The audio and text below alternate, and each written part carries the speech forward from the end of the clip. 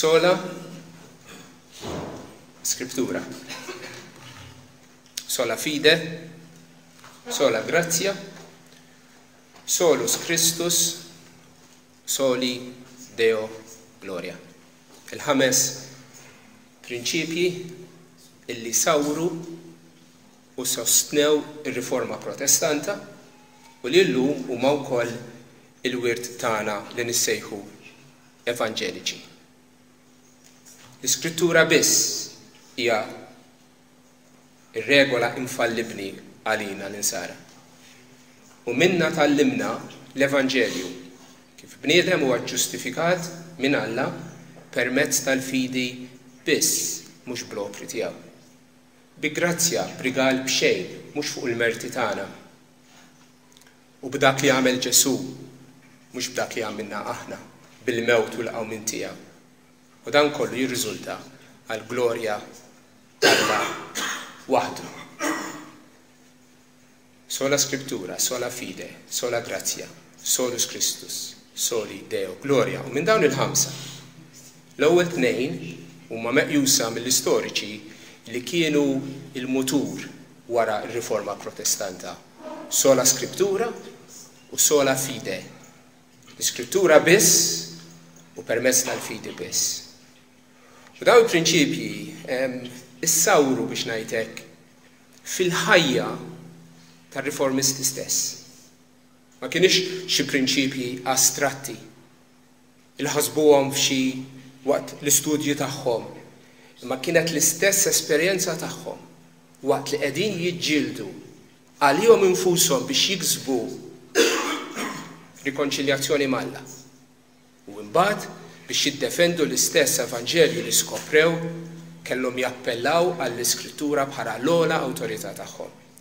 U dan jidher ċar anke mill-ħajja ta' Luteru nnifsu.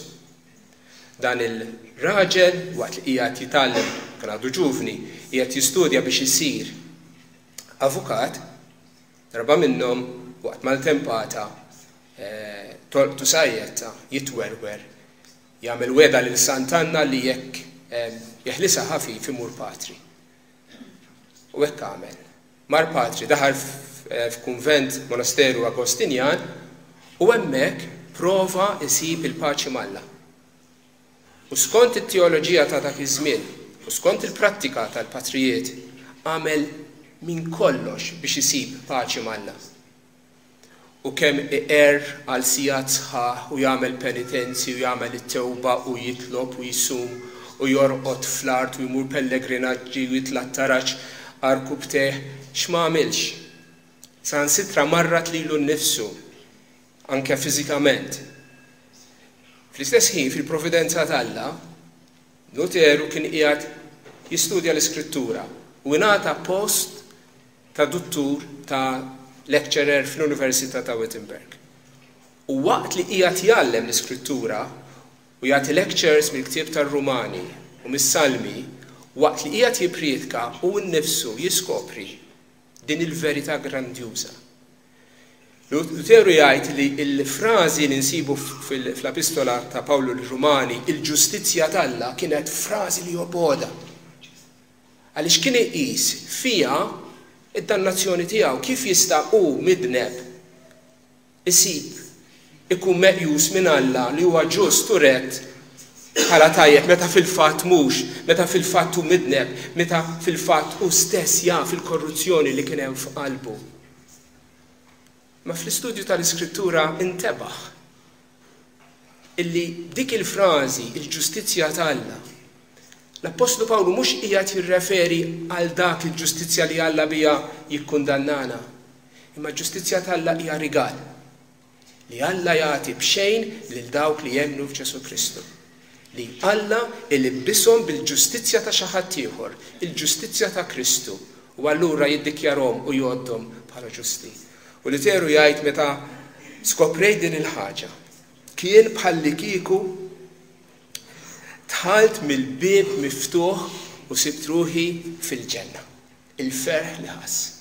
U din kienet il-verità li skopra li kienet moħbija taħt munzel sħiħ ta' traduzzjonijiet umani Li inti biex issalva trid tagħmel il-penitenzju, tagħmel inti, taħdem inti u tistinka inti biex forsi Alla fl-aħħar jikkonsidrak bħala bniedem ġust.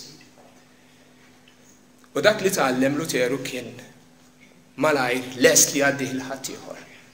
U din ovvjament m'oġbitx lill-awtorità ekklesjastiċi u l-Papa ħareġ bulla li bażikament għeddu li jekk ma jirtirax dak li kien qiegħed jgħallem kien se jkun skomunikat u meqjus bħala eretiku, dak iż-żmien li tkun meqjus bħala eretiku kienet is-sentenza tal-mewt tiegħek.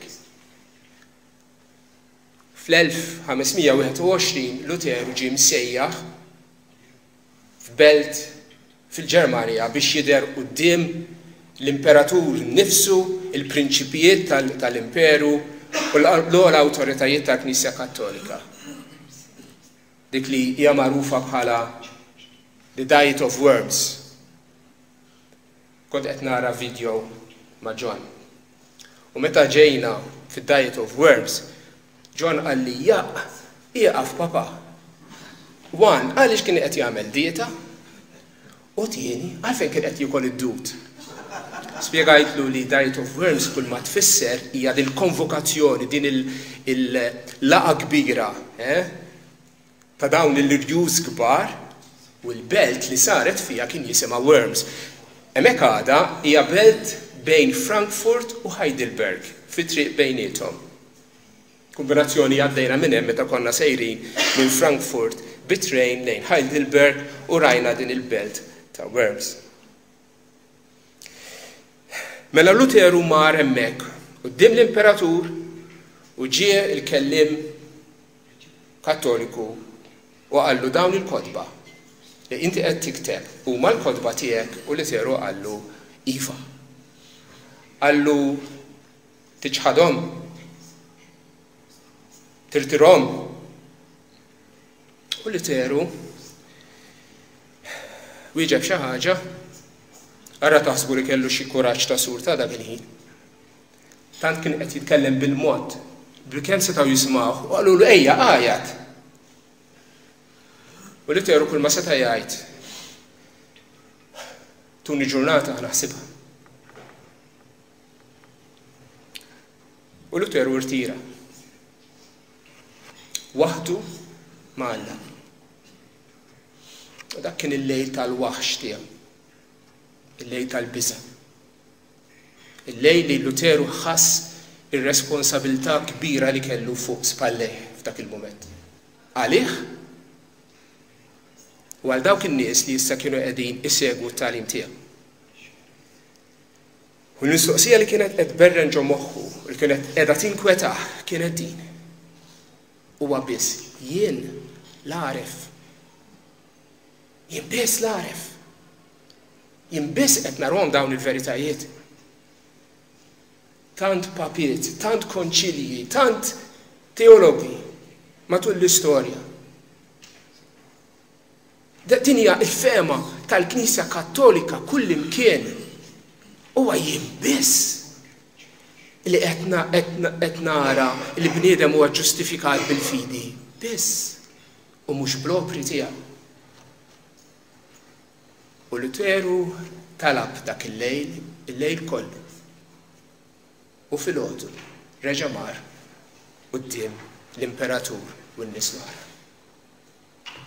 U reġgħu saqsih dawn il-kotba tiegħek iva se tiġħadhom u Luteru wieġeb dawn il-preċiżi kelmiet. Jekk kemm il-darba ma nkunx konvint bix-xhieda tal-Iskritturi mqazza jew b'raġunijiet evidenti, nikkonsidra li l-nifsi marbut mal-Iskrittura li hi l-pedament tiegħi. Il-kuxjenza tiegħi hi marbuta mal-kelma tal-Alla. Għax ma nista' nemmella lill-Papa u lanqas il-konċilji weħidhom għax hu evidenti li l-iżbaljaw repetutament u jikkontradixxew lilhom infushom. Hekk la nista' u lanqas irrid nirrevoka għax jekk naġixxi kontra l-kuxjenza tiegħi ma nkunx qed nimxi fis-sigurtà. Hekk Alla jenni. Amen. X'kienet id-difiża ta' Luteru? Uruni fejn żbaljajt u fejn żbaljajt nammettih, imoruni mill-Iskrittura. L-Iskrittura hi l-ogħla awtorità. L-Iskrittura hi l-pedament tagħna. Il-kuxjenza tagħna għandha tkun marbuta mat-tagħlim tal-Iskrittura u tal-ebda tradizzjoni u tal-ebda papa u tal-ebda kunċilji. Il-konċilji, il-papiet, tradizzjoni tal-Knisja għandha tkun iġġudikata mill-Iskrittura u mhux bil-kontra. U l-laqgħa spiċċat hemm u Luteru tiraq il-barra u bdiet ir-Riforma Protestanta. U llum nixtieq niffukaw fuq dan il-prinċipju wieħed. Sola Skriptura. L-Iskrittura biss. Xi tfisser? X'ridu nfissru u x'ma rridux nfissru meta ngħidu sola Skriptura. Rridu nfissru l-Iskrittura hija l-unika regola infallibbli għall-Knisja.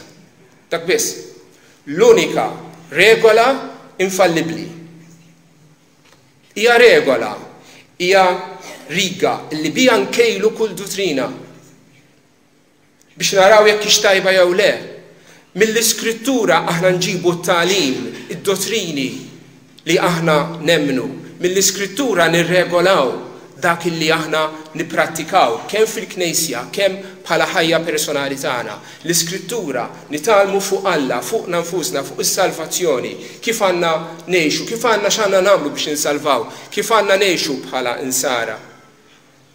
Fl-Iskrittura insibu ħanaqrħomkom ftit versi mill-Iskrittura, isemgħu ma sbieħ. Ilqgħu bil-ħlewwa il-kelma imlaqma fikom li tista' issalvalkom ruħkom. Twellidtu mill-ġdid mhux minn nies li jitħassar imma li ma jitħassarx permezz tal-kelma talla ħajja u li tibqa' għal dejjem. Jekk iżommu fil-kelma tiegħi imbagħad tkunu tassew dixxipli tiegħi u tarfu s-sewwa u s-sewwa jagħmlilkom ħelsin. Intom issa indaf minħabba l-kelma li kellimtkom. U issa ħuti, nerħikom fidejn Alla u fil-kelma tal-grazzja tiegħu li tista' tibnikom u tagħtikom wirt mal-qaddisin kollha. Ġesu jitlob, qaddishom fis-sewwa tiegħek, kelmtek hi s-sewwa. Pawlu jgħid, għax kull ħaġa li nkitbet minn qabel inkitbet għat-tagħlim tagħna biex bis-sabar u l-faraġ tal-Iskrittura ikollna tama. U fl-aħħar nett is-salmista jgħid kelmtek musbieħ għar-riġlejja u dawl għall-mogħdija tiegħi. Il-kelma talla tatina s-salvazzjoni, twellidna mill-ġdid, turina l-verità, tatina l-libertà, tnaddafna, tibnina, tqaddisna, tina s-sabar, faraġ tama u jaddawl biex turina fejn għandna nimxu fil-ħajja tagħna. Hija r-regola tagħna. Hemmhekk insibu id-dottrina, it-tagħlim u l-prattika tagħna bħala nsara. Ma mhux biss hija regola infallibbli li ma tistax tiżbalja, li ma tistax tqarraq bina, li ma fijiex żbalji, ma fijiex elt. L-Apostlu Pietru jgħid li l-profezija ma ġiet qatt fl-modi bir-rieda tal-bniedem, imma nies qaddisa imqanqlin mill-Ispirtu Santu tkellmu. Nies qaddisa li kitbu l-Iskrittura kienu immexxijin mill-Ispirtu Santu biex jiktbu il-kelma finalment tiegħu. Jew kif jgħid l-Apostlu Pawlu bi kliem aktar sempliċi, l-Iskrittura kollha hi mogħtija l-ispirazzjoni minn Alla. Hija n-nifs talla. Waqt li qed inkellimkom jiena biex nagħmel il-ħoss, biex nagħmel il-kelma tinstema', nieħu nnifs il-barra u mal-nifs tiegħi toħroġ il-kelma. Il-kelma, il-Bibja, hija n-nifs talla, hija il-kelma talla ħirġa minn fommu u meta naqraw l-Iskrittura inkunu qegħdin nisemgħu li l-Alla ikellimna. F'okkażjoni minnhom, meta s-Sadduċej ġew jiddibattu ma' Ġesu fuq il-qawmien mill-imwiet, Ġesu wieġibhom hekk. Qegħdin tiżbaljaw għax ma tafux l-Iskrittura u lanqas il-qawwa talla kemm hawn nies f'Malta li huma żbaljati għax ma jafux l-Iskrittura. Imma Ġesu jkompli jgħidilhom u fuq il-qawmien ma qrajtux dak li qalilkom Alla li jgħid jien u Alla ta' Abram u Alla ta' Eżak u Alla ta' Ġakob. U jikkwotalhom mit-Testament il-Qadim mill-Pentateuku. minn dak li kien kiteb Mosè. Imma nnotaw, għalkemm dan il-kliem jienu Alla ta' Abram, Alla ta' Iżak, Alla ta' Ġakob, kien kitbu Mosè eluf ta' snin qabel, Ġesu jgħid u seta' qalilhom, ma qrajtux dak li kiteb Mosè eluf ta' snin qabel u forsi titgħallmu xi ħaġa minnu, Ġesu ma qalilhomx hekk. Isemgħu. Jgħidilhom ma qrajtux dak li qalilkom Alla. Fl-Iskrittura, is-Sudduċej meta qrawha kien Alla li kien qiegħed ikellem lilhom dakinhar. Il-kelma miktuba tal-Alla, kemm hija miktuba eluf ta' snin qabel, hija relevanti għallum, hija ħajja llum, huwa Alla li qed ikellimna llum fl-Iskrittura. Għalhekk, ħbib tiegħi, hija l-kelma infallibbli, ir-regola infallibbli li ma tistax tisbalja, għaliex Alla la jista' jiżbalja u lanqas iqarraq lil ħadd. Mela meta qegħdin naqraw l-Iskrittura ejja niftħu id-dnejna għaliex Alla qed ikellimna. U dak li jgħid fl-Iskrittura huwa bon fatt u jonqos minna jekk nissejħu uliedu illi nisimgħuh, nifhmuh, nemmnuh u nobduh. Hija regola infallibbli imma mhux biss, hija l-unika regola infallibbli. Għaliex għajdu li jintom, x'nistgħu nżidu mal-kelma miktuba tal-Alla? X'nistgħu nżidu? Nżidu forsi l-erf tagħna bħala bnedmin? U ma tajtx l-Iskrittura li d-dinja berfa ma rfitx lill-Alla, trid li mal-Bibja nżidu l-erf tal-bniedem. Għaliex mela ħafna pastors illum jipritkaw bħalli kieku huma psikoloġisti li qegħdin jagħtu l-aħħar idea tal-psikoloġija moderna u jgħalmuhom bħalli kieku l-kelma tal-Alla?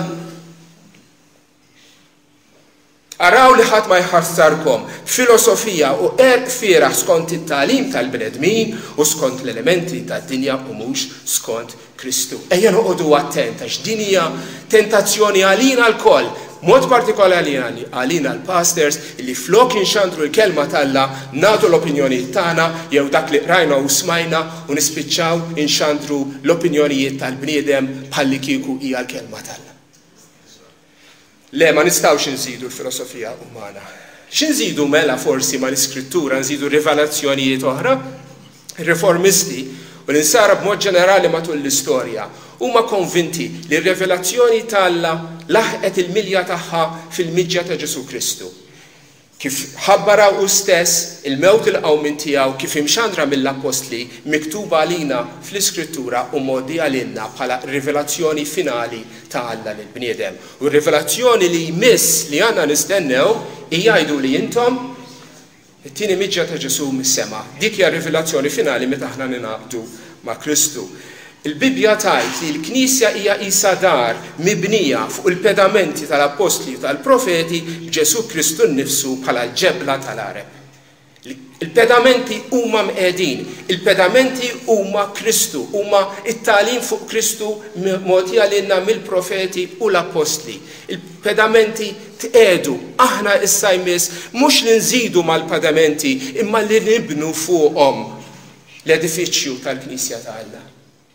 Palma Ġuda li jitlobna lilna l-insara biex tissiltu bil-ħeġġa għal-fidi mogħtija lil-qaddisin darba. Il-fidi hi mogħtija, ġifieri it-tagħlim Kristjan u mogħti lil-qaddisin lilna l-Knisja darba fil-passat. Xogħolna hu mhux li nżidu miegħu imma li nissiltu biex naraw li ma jkunx mittiefes minn ħadd. La nżidu u lanqas innaqsu miegħu.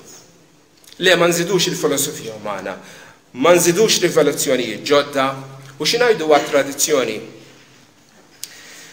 Din kienet l-ixju waqt ir-Riforma Protestanta. Għax x'għamlet il-Knisja Kattolika? Illi mal-Iskrittura matul iż-żminijiet żiedet tradizzjonijiet oħra, tagħlim ieħor. U dak it-tagħlim ħa status, ħa kredibilità bħalli kieku huwa l-kelma tal-Alla wkoll. Tiftakru meta Ġesu kellu dak l-inkontru mal-Farizej u xi skribi li ġew għandu igergru għax id-dixxipli tiegħu jieklu bla ma jaħslu jdejhom. Ġieli ngħidulhom hekk lit-tfal, imma raġuni oħra minħabba l-iġene. Imma dawn mhux fuq ħabba l-iġene kienu qegħdin jitkellmu, dawn ħafna ritwali li qabel jieklu rridu jagħmlu, tiftakru meta konna mmorru l-knisja nbillu subajna fil-mambierek u nagħmlu slalem, dawk it-tip jew il-qassis jiena kont abbati kont nitfallu l-ilma fuq idu biex inaddaf fidejh, mhux kwistjoni ta' iġene, din kwistjoni ta' ritwal, purifikazzjoni spiritwali. U Ġesu jagħtihom tweġiba li damdamhom, ħabbathom mal-ħajt, għalilhom dal-poplu tgħid għalihom biex xoftejn biss jagħtunu ġieħ. Riti u ċerimonji għandkom kemm tridu.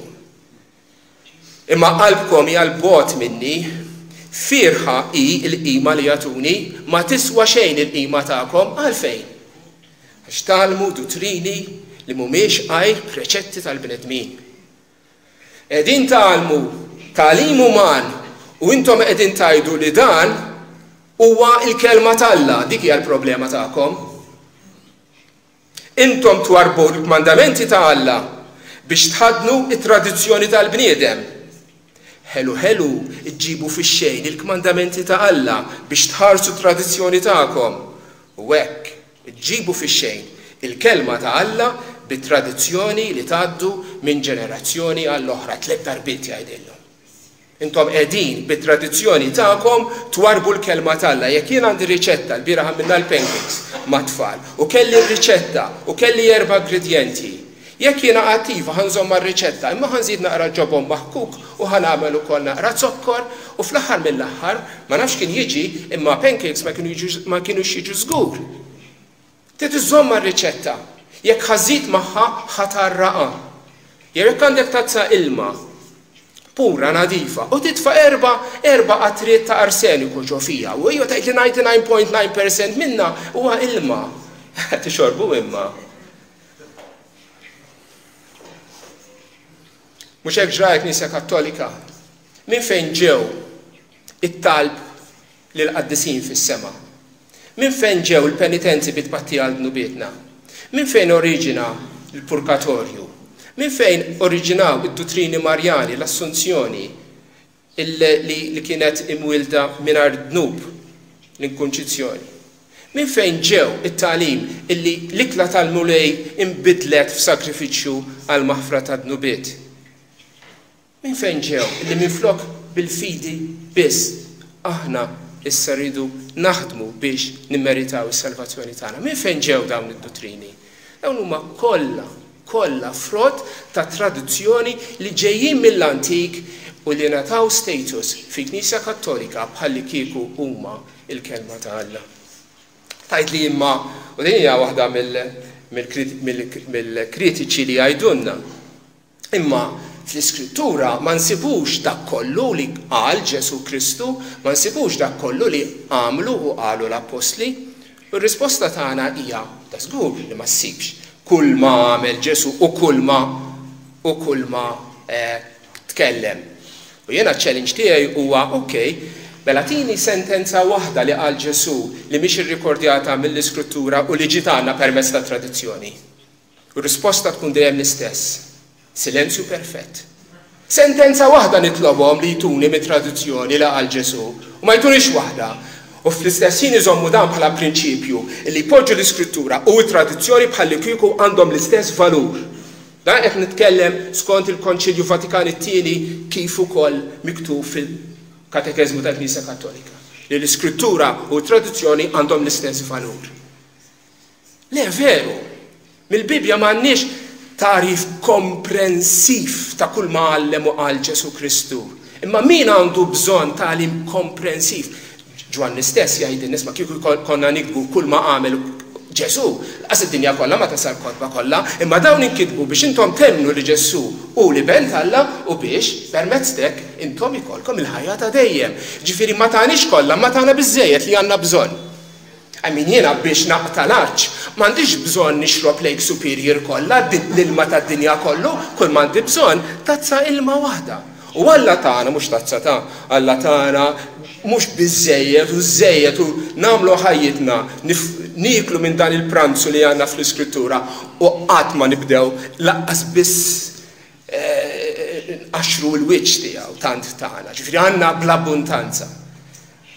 Imma meta qegħdin fl-Iskrittura nafu li qegħdin fuq sisin sodi, nafu li dak li qegħdin naqraw minna hu l-kelma tagħna. Ħanejt żewġ affarijiet jew tlieta x'ma tfissirx sola Skrittura. Għax dan hija importanti, għax mhux biss dak li qegħdin barra jifhmu ħażin dar il-prinċipju, ma ħafna evanġeliċi wkoll ma jifhmux irridu ngħidu meta ngħidu sola Skrittura. Meta qegħdin ngħidu l-Iskrittura hija l-unika regola infallibbli, maħniex neskludu l-awtorità tal-pastors u tal-mexxejja fil-Knisja. Jew li qegħdin nagħtu liċenzja lil kull Kristjan individwali li bl-Iskrittura fidejh m'għandu bżonn lil ħadd. Għaliex? Għaliex jekk dak li qed jgħid isma' jiena isni Robinson Crusoe, jien waħdi jien għandi l-Bibja m'għandi bżonn lil ħadd. M'għandix bżonn nisma' x'jgħidu l-pastors u għalliema oħra, jiena waħdi bil-Bibja biżżejjed. Imma forsi qatt ma qrajt dik l-Iskrittura li qed iżżomm f'idejk meta jgħidilna issemgħu minn dawk li għandhom is-seta fuqkom. Isimgħu minn dawk li għandhom is-seta fuqkom. U għodu taħtom għax huma jassu għal ruħkom. Jekk inti tajt li temmen l-Iskrittura, itlaq mid-dar u mur sib knisja evanġelika u poġġi hemmhekk taħt l-awtorità tal-mexxejja ta' dik il-knisja u tgħallem u aħdem magħhom għax il-mulejjek ta' gdon ma tawlekx biex iżommu għalik u toqgħod ħadnu għalik u toqgħod tieħu gos bih id-dar, imma tawlek biex inti sservi lil ħadd ieħor u biex isservi lil ħadd ieħor trid tkun fi knisja evanġelika Kristjana li inti tista' tagħti u tirċievi mingħand ħadd ieħor. U lil pastors l-istess Bibja tgħidilhom dawn il-ħwejjeġ għallem u widdeb u ċanfar bis-seta kollha tħalli l-ħadd min imaqdrek. Int, pastor, int Alla tak seta. L-Iskrittura stess tagħtilek dik is-seta biex inti tħaddimha, mhux biex tgħallem lin-nies u tmexxi n-nies skont kif taħsibha int, imma biex tmexxihom skont il-prinċipji, il-veritajiet li hemm fl-istess Skrittura. Hemmhekk qiegħda l-awtorità tiegħek, ja pastor. Uża għal ġid tal-dawk in-naċ li huma qiegħda taħt il-ħarsien tiegħek. L-Iskrittura sola Skrittura ma teskludix l-awtorità tal-pastors, anzi tafferma u ċertament tikkundanna lil dawk l-evanġeliċi illi bl-Iskrittura fidhom jiftaħru li huma qishom xi Lone Ranger għalija waħdi. Din ħadd instema stramba. Sola Skrittura ma teskludix il-ħtieġa ta' tradizzjoni. Ħanerġa' ngħidha, sola Skrittura ma teskludix il-ħtieġa ta' tradizzjoni, anzi tafferma. Tajli minti għadek kemm tkellemt kontra tradizzjoni, isimgħu, stenna, tradizzjoni mhix kelma pastaża. Nistgħu nużawha kif tuża l-Iskrittura. Kull ma tfisser it-tagħlim li inti tgħaddi lil ħadd ieħor, kif qed nagħmel bħalissa jiena, kif aħna nagħmlu ma' xulxin, kif aħna ngħaddu lin-nies ta' madwarna biex inxandrulhom il-kelma, kif nittamaw. Illi aħna meta nixxieħu nitilqu minn din dinja nkunu ħallejna nies warajna li nkunu għallimnihom il-verità biex imbagħad huma li l-ġenerazzjoni ta' warajna jkomplu imexxu l-verità. Dik hija tradizzjoni. Huwa tagħlim li huwa modi lil ħadd ieħor. Issa tagħlim jaf ikun tajjeb jaf ikun ħażin. Imma fil-prinċipju tradizzjoni hi neċessarja u aħna l-evanġeliċi għandna tradizzjonijiet tagħna nittamaw. Illi dawk it-traduzzjonijiet li għandna huma bibliċi u jaqblu mal-kelma tagħna u fejn mhumiex irridu noqogħdu attenti u nnaqquhom u nneħħuhom. Għalhekk ħuti żommu sħiħ u żommu tradizzjonijiet li tgħallimtu sew bil-kliem kemm ukoll bil-ittri tagħna jgħidilhom Pawlu. Żommu tradizzjonijiet. Tradizzjonijiet tajbin li huma l-kelma tagħna. U l-ħwejjeġ li smajt minn għandi jgħid Pawlu fost ħafna xhud għaddihom lin-nies fidili li għandhom ħila jgħallmu lill-oħrajn ukoll. Qegħdin taraw fil-proċess mela Pawlu qed jgħallem lil Timotju, Timotju qed jgħallem il ħadd ieħor qed jerġa' jgħallem il ħadd ieħor. Din huwa l-mod it-traduzzjoni tajba li aħna rridu insostnu. Sola Skrittura sfortunatament ma tassigurax uniformità jew unità fost l-insara. Fl-ebda żmien tal-istorja tal-Knisja, lanqas fi żmien l-Apostli, ma kien hemm uniformità fost il-knejjes perfetta u unità perfetta. Qatt ma kien hemm u qatt ma ħajkun hawn sakemm nibqgħu f'din id-dinja. Imma l-Iskrittura jekk nagħtuha bis-serjetà twassal lejn dik l-unità, tagħtina direzzjoni lejn dik l-unità. Tgħidli imma jekk l-Iskrittura hija l-kelma tal-Alla u aħna wkoll nemmnuha fil-kelma li hija l-kelma tal-Alla u l-unika regola nfollibni. Għaliex maħniex uniti bejnietna, nkunu onesti. F'dan il-post qegħdin numru żgħir ta' nies m'hemmx unità perfetta fid-duttrini tagħna, vera jew le? Żgur li le, nitkellmu fuq innaf affarijiet ta' profezija, fuq il-duttrini tal-grazzja, fuq il-charismatic gifts u jinnaf fuq ħafna aspetti oħra. M'hemmx unità bejnietna, perfetta. Imma għaliex? Għaliex? Ir-raġuni rridu nsibuha nfittxuha fina nfusna. Mhux fl-Iskrittura. L-Iskrittura hi perfetta, aħna maħniex. L-Iskrittura hija d-dawl li maħna kultant ma nirċevuhiex kollha, jew inħallu barra biċċa minnha, jew hemm taħlita bejn Skrittura u t-tagħlim tagħna stess, jew insibuha diffiċli biex ċertu veritajiet tal-Iskrittura nilqawhom u naċċettawhom u nifirħu fihom. L-Apostlu Pietru kiteb fuq hekk. Aħna bħal evanġeliċi insostnu li l-Iskrittura hija ċara. Tista' tifhimha. L-Iskrittura, il-kodba tal-Iskrittura ma nkitbux lit teoloġi biss, inkitbu lill-poplu tagħna.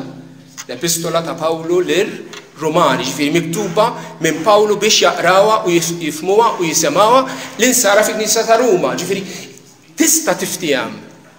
Imma ħanajdlek ukoll l-Iskrittura wkoll tista' tkun mifhuma ħażin daqskemm tista' tkun mifhuma tajjeb. U hemmhekk tiġi l-problema. Pietru kont qed ngħidilkom jitkellem fuq l-Epistoli ta' Pawlu jgħid li hemm xi ħwejjeġ li huma tqal biex tifhem u dawk li huma neqsin mit-tagħlim u mill-qawwa jawġu bħalma jagħmlu l-Iskritturi l-oħra għat-telfin tagħhom. Ġifieri mhux l-Iskrittura l-problema li m'hawnx uniformità bejnietna, imma aħna l-problema. Forsi t-tweġiba ta' Ġesu li d-dixxipli ta' Emmaw stott għalina il-koll meta qalilhom jaboloh u tqal fil-qalb biex temmnu dak kollu li qalu il-profeti. Iva, aħna wkoll tqal biex nemmnu dak kollu li hu miktub fl-Iskrittura tal-profeti.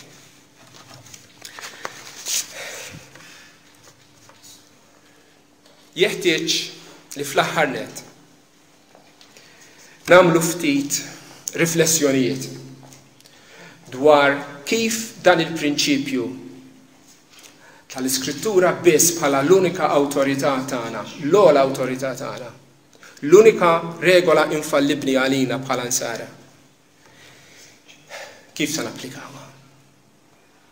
Kif se tibdilna ħajjitna? Kważi rridu nagħmlu eżami tal-kuxjenza hawnhekk. Aħna nemmnu li l-Iskrittura hija l-kelma tagħna. U l-istess Skrittura tgħidilna biex ma naqblux ma' din id-dinja. Imma nitbidlu bit-tiġdid ta' moħħna biex narfu li ma' hi dik ir-rieda tajba u li toġob u perfetta tagħna. X'inhu jsawwar il-mentalità tagħna, il-ħsieb tagħna, il-filosofija tal-ħajja tagħna, il-world view tagħna? X'inhu huma l-valuri li nħadnu, ix-xewqat tagħna? X'inhu li nikkonsidraw tajjeb u x'inhu ħażin? X'għandu jkun it-tir ta' ħajjitna? Kif għandna ngħixu? Dawn il-mistoqsijiet, il-world view, kif ħanħarsu lejn id-dinja? Kif ħanħarsu lejn anfusna? X'inhu huma l-aspirazzjonijiet il-kbar tagħna? Din hija l-mentalità tagħna, imma ħanistaqsi x'hija tisawwar il-mentalità, x'aħna nitemawh lil moħħna, x'aħna nisquh. Għax jekk ma noqgħodux attenti, id-dinja malajr tixrobna biex naħsbu bħalma taħseb hi u nitkellmu bħalma titkellem hi. U nkunu joġobna dak li joġobha d-dinja. Nsiru parti minnha. L-unika ħaġa li għandna biex flok nkunu naqblu insiru isna pasturi li nieħdu l-forma tad-dinja u nitbidlu, niġġeddu f'moħħna, l-Iskrittura biss tista' tagħmel dan. Saqsi lilek innifsek hi oħti din il-ġimgħa li għaddiet. Kemm qattajt ħin taqra kotba jew gazzetti, jew tisma' television, jew tara il-Facebook, jew titkellem ma' nies li mhumiex Kristjani fuq 1000 ħaġa, u kemm qattajt ħin bil-ktieb imqaddes miftuħ quddiemek titlob u timmedita fuq. X'hekk hemm żbilanċ hawnhekk. Mhux għaġeb li moħħna flok ikun trasformat, flok narfu x'nirrieda tajba u perfetta tal-Alla, nispiċċaw ħalli kieku aħna nies mhumiex konvertiti. Tieni ħaġa, lesti li aħna neżaminaw it-tradizzjonijiet tagħna. Iva, aħna għandna tradizzjonijiet tagħna, it-tagħlim tagħna li aħna nemmnu fih, li knejjes tagħna jemmnu fih, li nipprattikaw. Kapaċi nkunu umli biżżejjed biex neżaminaw dak li aħna inqisuh u nassumu li huwa tajjeb. U ngħidu imma stenna dak li qiegħed nagħllem, dak li qiegħed nemmen, dak li qiegħed nipprattika. Fil-fatt huwa bibliku jaqbel ma l-Iskrittura jew le. Kultant aktar nimxu jisu kult ta' personalità li dak li nagħmlu, dak li nemmnu, dak anke il-mod kif immexxu s-servizzi tal-Knisja tagħna ġibnieh għax rajna x'inhu ma jagħmlu l-Amerikani pereżempju. M'għandi xejn kontra l-Amerikani. Right? Imma bl-influenza kbira li l-Amerika għandhom influenzaw lid-dinja kollha, rridu ma rridux. Imma mhux għax xi ħadd pastor Amerikani jew xi celebrity Amerikani qiegħed imexxi s-servizz tiegħu b'mod partikolari aħna qisna ċwieġ nikkupjaw dawk illi naraw li qed ieħor qed jagħmel.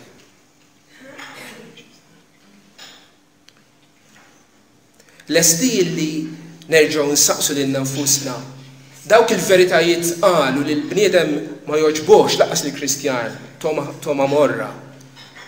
Qegħdin nemmnuhom, qegħdin inxandruhom, qegħdin nippritkaw fuqhom, qegħdin nippritkaw dwar il-ġudizzju li ġej, qegħdin nippritkaw fuq l-infern u t-tbatija tal-infern li tibqa' għal dejjem, jew qegħdin nagħlqu ħalqna fuq kwistjonijiet bħal dawn. Qegħdin nitkellmu fuq sovranità tal-Alla, fuq kemm hu ħażin il-bniedem tant ħażin li waħdu ma jista' jagħmel xejn u li ma tkunx il-grazzja sovrana tal-Alla l-ebda bniedem ma jsalva. Qegħdin insibuhom dawn fl-Iskrittura jew dawk il-passaġġi tal-Iskrittura li jitkellmu fuq dawn l-affarijiet qegħdin naqbżuhom. Ejja nkunu onesti ma' nfusna. Ma nsemmi xejn. Anke l-amara li għandna fil-knejjes tagħna rridu noqogħdu attenti illi taqbel mal-Iskrittura. Tgħid l-amara. Ħares kieku tidħol fi Knisja Kattolika x'issib fiċ-ċentru quddiem-net, il-focal point. L-artal. Għaliex? Għaliex jaqbel mad-dottrina tagħhom li il-qudies għas-sagrifiċċju ta' Kristu huwa l-ogħla aspett tal-qima tagħhom lill-Alla. Allura għamlu artal fin-nofs. U r-riforma neħħiet l-artal u poġġiet mejda għax aħna fl-ikla tal-mulej niċċelebraw ikla bħala familja, l-ikla tal-mulej. U minflok l-artal poġġiet il-pulptu fin-nofs. Il-focal point. Għaliex il-pulptu? Għaliex nemmnu f'sola Skrittura. L-Iskrittura hija regola unika infallibbli tal-Knisja. Għalhekk impoġġuh fin-nofs il-pulptu. Tidħol f'ħafna knejjes evanġeliċi illum fid-dinja tajt propjament hawnhekk fejn ġejt fi Knisja jew il-Manuel Theatre għall-kunċert. Kollox għandu postu, imma ħajkun f'postu. Il-post ċentrali fil-Knisja għandha tkun il-kelma tal-Alla, mhux biss il-pulptu ta' imma dak li jixxandar mill-pulptu li tkun tessew il-kelma tal-Alla. Ġarbu kollox jgħidilna Pawlu, testjaw kollox. Anke dawk l-affarijiet dottrini u prattiċi eżies għalina, ejja nkunu koraġġużi ninġarbuhom, nittestjawhom, żommu sieħ ma' dak li hu tajjeb. Kelma lil pastors u l-allima. Ir-responsabilità tagħna li noħduha f'idejna li nxandru l-kelma hija responsabilità kbira. Tkunux ħafna allima jgħidilna ġabbu għax il-ġudizzju tagħna jkun aktar aħraġ. Għaliex aħna maħniex hawnhekk biex inxandru dak li naħseb jien, l-opinjoni personali tiegħi, dak li huwa popolari fil-Kristjaneżmu llum, xogħli u li nkun ambaxxatur ta' Ġesu Kristu. U l-kelma li qiegħed nitkellem għandha tkun kelma ħirġa direttament mill-Iskrittura u mogħdija u applikata lin-nies. Jekk ma nagħmlux hekk, ma jkunx jixraqilna li nissejħu predikaturi Kristjani. U l-ġudizzju tagħna bir-raġun kollu ikun ferm aktar aħraġ milli nistgħu nimmaġinaw. Aġġel jgħidu Pawlu lil Timotju, stinka għamel ħiltek biex tidher quddiem Alla bħala wieħed ippruvat ħaddiem li m'għandux minix jistri li jqassam bir-reqqa il-kelma tal-Alla, li jaqbad il-kelma, jistudja, japplika għalih innifsu qabel xejn u bit-talb jgħaddija lil ħutu. Dan huwa x-xogħol tal-pastor. It-talb u l-istudju u x-xandir tal-kelma. Jalla il-mexxejja evanġeliċi f'Malta jħossu din is-sens ta' responsabilità tal-biża' li għandhom biex jitkellmu u jmexxu lill-aħwa fit-triq tal-mulej billi jxandru l-kelma tiegħu. U l-aħħar ħaġa ngħidha lilna l-koll. F'idejna għandna l-Iskrittura. Għandna l-Iskrittura bil-Malti, bl-Ingliż, bil-lingwi li nitkellmu normalment qiegħda available għalina. Ma naħduhiex for granted. Il-fatt li għandna traduzzjoni tal-Bibja bil-lingwa ta' pajjiżna ħutna qabilna batew. Niftakar Wycliffe, Luteru nnifsu, Tyndale, li spiċċa maħruq. Għaliex x'kien il-crime tiegħu li traduċa l-Bibja l-Ingliż u tal-poplu Ingliż biex jaqra fil-lingwa tiegħu. Għandna Bibji kemm irridu, id-dar naħseb għandna 3, 4, 5 kopji tal-Iskrittura. Imma qegħdin nożżuha l-kelma, qegħdin ta' kuljum niftħuha, naqrawha, nimmeditaw fuqha, nitolbu fuqha, nimnuha, nobduha. Hekk l-Iskrittura tagħmel differenza f'ħajjitna, altrimenti waqt li ngħidu li nemmnu f'sola Skrittura nkunu l-ikbar ipokriti jekk ma naħduhiex bis-serjetà. Lejn dan il-bniedem inħares jgħid Alla. Lejn dan il-bniedem inħares. Lejn l-umli u minn qalbu nidma u jitriet għal-kelti. Għandna dan il-biża' u r-reverenza meta niftħu l-ktieb tal-Alla u nisimgħuh u meta naqra ngħid dan huwa il-kliem li Alla qiegħed jgħid lili illum. Nissel fija sens ta' biża' iva mulej. Irrid nobdik. L-istorja tar-riforma issa ilha għaddiet 500 sena. Dak li għamlu missirietna fil-fidi u tajjeb nistudjaw, tajjeb nitalmu minnu. Fi żmienhom għamlu li setgħu bl-iżbalji b'kollox biex jagħtu xhieda l-verità. Issa huwa ċ-ċans tagħna. Din hija sija tagħna. U sija ħbib tiegħi li tgħaddi malajr. Is-sens ta' urġenza, din hija sija tagħna li issa il-verità qiegħda f'idejna biex nuruha lil ħaddieħor, biex inxandruha, biex nemmnuha aħna, biex nobduha aħna, biex nuruha kemm bil-kliem kif ukoll bil-ħajja tagħna. Ejja nżommu sħiħ ma' dal-prinċipju sola Skrittura. Ejja nżommu li l-Iskrittura hija l-ogħla awtorità tagħna.